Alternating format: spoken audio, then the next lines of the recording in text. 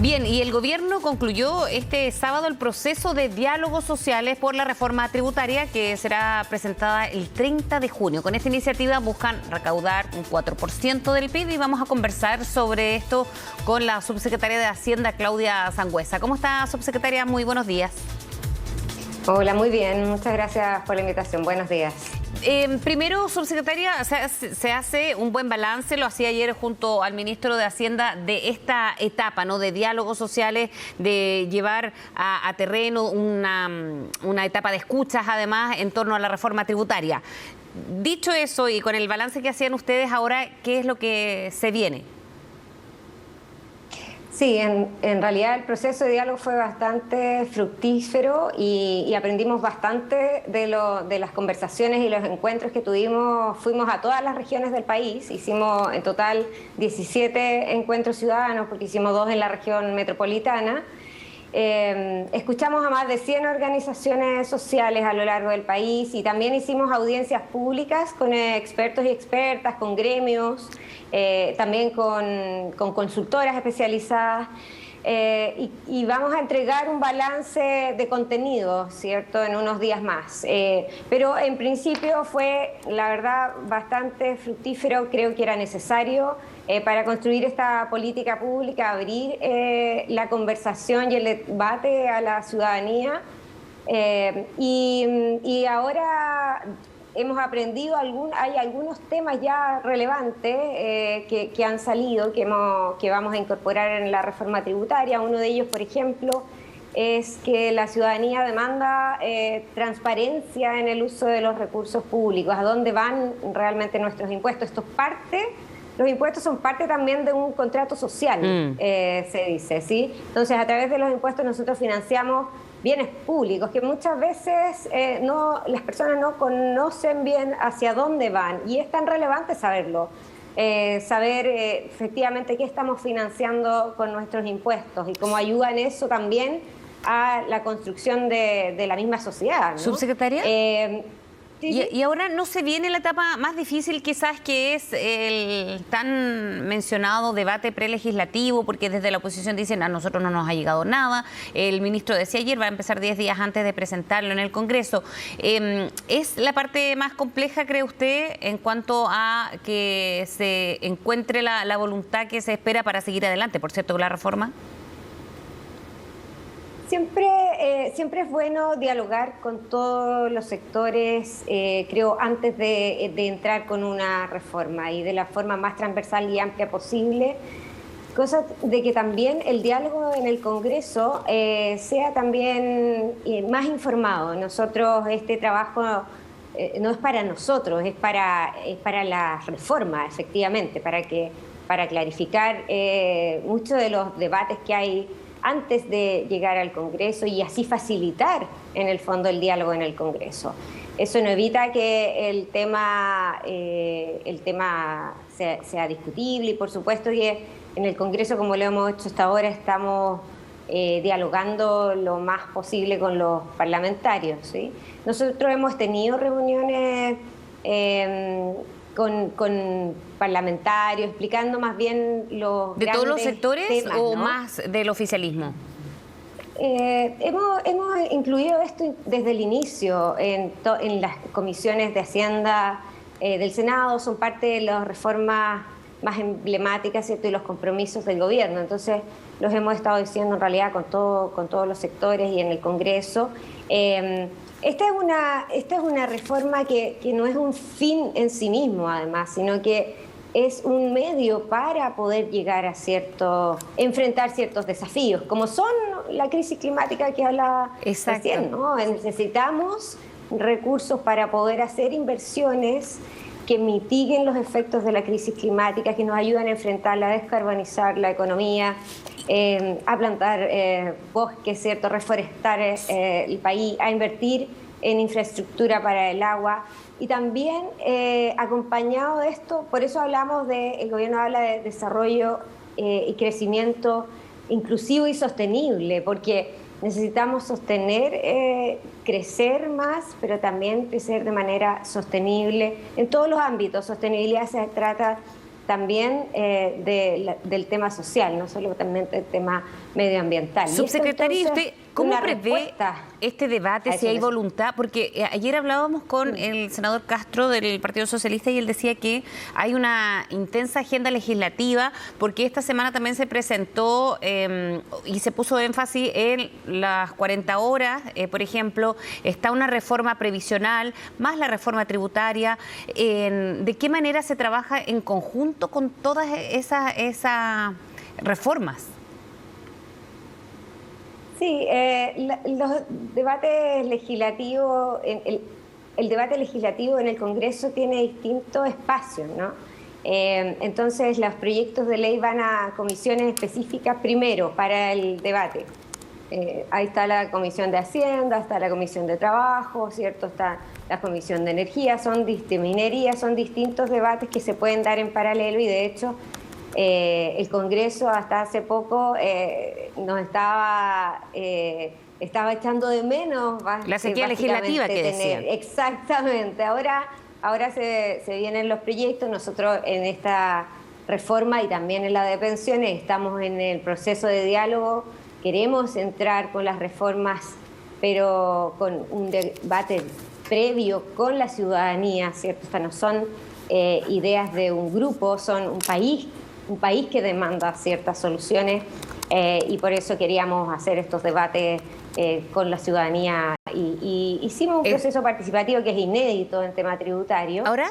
Que la verdad fue muy, como te digo, muy fructífero. Ahora, en lo de las 40 horas en particular, se habló de gradualidad y me refiero a este tema también porque fue al día siguiente de la cuenta pública y donde se quiere avanzar también de manera, ojalá, lo más rápida, pero gradual posible. ¿Qué tan gradual se habla de las 40 horas? La gradualidad es, desde la CUT, ojalá signifique hasta el término de este gobierno. Primero, antes de responder esa pregunta específica, gradualidad en políticas públicas es una característica que tienen las buenas políticas públicas para poder ser implementadas de manera que los agentes económicos en el mercado puedan ir actualizando sus decisiones, ¿sí? Y así se hace y así se recomienda de parte de los expertos, ¿cierto? De los organismos internacionales. Entonces, esto de todas maneras debe ser así. De hecho, cuando se bajaron las horas trabajadas hace años atrás, lo que se hizo fue anunciar que en 3 años se disminuirían las horas laborales. Esa fue la gradualidad. Entonces, los agentes económicos, empresas, ¿cierto? Y también trabajadores y trabajadoras podían adaptar sus decisiones a esa nueva realidad, ¿sí? De eso se trata. Ahora, en este caso específico de las 40 horas, eso todavía tiene que diseñarse, ¿cierto? Hay distintos diseños de gradualidad y eso se va a conversar con una comisión interministerial y también un diálogo con todos los actores involucrados. Ahora, eso entonces todavía no se garantiza que esta iniciativa de 40 horas podría quedar lista, digamos, de aquí a que termine el gobierno del presidente Boric. Bueno, estamos recién empezando, creo, ¿cierto? Llevamos 86 días, quedan todavía la mayor parte del gobierno y hay mucho espacio para hacerlo. Esa gradualidad de la que hablaba recién, ¿cierto? De cuando se disminuyó de 48 a 45 horas en el gobierno, si no recuerdo mal, de Ricardo Lagos. Esa se anunció 2 años antes o 3 años. Entonces no es que sea en 10 años más, sino que es una gradualidad, pero de eso estamos hablando, de 2 a 3 años, no. Lo mismo con los cambios tributarios, ¿sí? Hay una gradualidad también, pero no es, tampoco se trata de una década, ¿sí? Por ejemplo, las exenciones, algunas de las exenciones y cambios tributarios que hubieron ahora en enero en el gobierno de presidente Piñera, algunas están para ser implementadas en el 2025, sí. Como por ejemplo 2023. Ahora, ¿sí? Hay ¿Cuánto va a depender del plebiscito de salida en torno a muchas de estas iniciativas, su gradualidad o de qué manera se trabajan? Le pregunto porque el ministro Giorgio Jackson hoy en una entrevista en el Mercurio señala que si gana el rechazo es muy difícil llevar adelante con la actual Constitución muchas de las iniciativas de este gobierno. Diría yo que en el caso de esta reforma, la reforma de pensiones, la reforma tributaria, que se trata básicamente de financiar muchas de las demandas sociales que habían previo al estallido, incluso social, el tema de salud, que ha sido tan relevante en esta pandemia, la misma desafíos climáticos que tenemos, son, diría yo, demandas que van más allá de la nueva Constitución, ¿sí? Y por lo tanto están presentes en ambas constituciones esa demanda. Yo creo que estamos trabajando para que esas reformas sean implementadas durante estos años, ¿cierto?, de gobierno, y estos años de gobierno no van a ser instantáneos con una nueva Constitución, ¿sí? Hay un proceso de adaptación, incluso hay normas transitorias que se están discutiendo, esto no es instantáneo. Una Constitución cambia, pero las leyes no cambian instantáneamente, entonces hay que va en un proceso legislativo que va a tardar muchos años adaptándose, pero las urgencias que tenemos como país, los desafíos que tenemos como país son más urgentes que esa transición. O sea, desdramatiza de alguna manera si ganase el rechazo que no se puedan hacer las reformas que espera este gobierno, subsecretaria. Yo creo que el problema más importante es más bien de carácter político, que tiene que ver con que, en mi opinión, una nueva Constitución es un instrumento también de superación de una crisis social, ¿sí? Y en ese sentido facilita, creo, en mi opinión, las cosas, ¿cierto? Facilita una salida además que fue apoyada de manera transversal hacia un nuevo principio, un nuevo acuerdo social y en ese sentido puede ser el camino más efectivo para empujar esta reforma, ¿sí? ¿Y usted tiene ya decidido si va a aprobar el 4 de septiembre? Sí, no, tengo decidido. Yo, al igual que el ministro Barcel, voy a votar a prueba.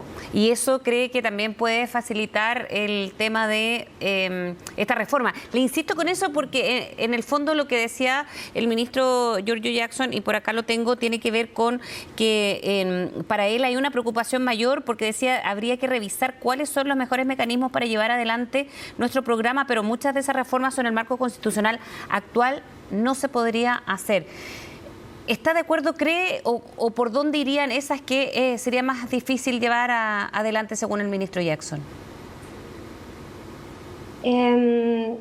Yo diría que hay la experiencia que tuvimos como país, ¿cierto? Y por eso terminamos en esta demanda por una nueva Constitución. Es que muchas de las reformas que se demandaban terminaban finalmente no pudiéndose hacer, ya sea porque terminaban en el Tribunal Constitucional o porque finalmente también quienes diseñaban política pública estaban marcados por el dilema del Estado subsidiario, por ejemplo, en temas de educación, salud, pensiones. Y yo creo que esta nueva Constitución en ese ámbito podría libera, digamos, ciertas restricciones en esa responsabilidad del Estado. Entonces, creo que ese es el camino.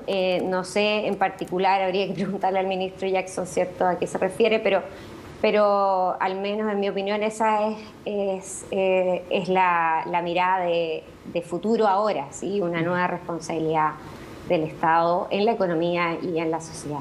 Bien, subsecretaria Claudia Sangüesa, muchísimas gracias por haber hablado con nosotros. Que tenga muy buen día, buen domingo.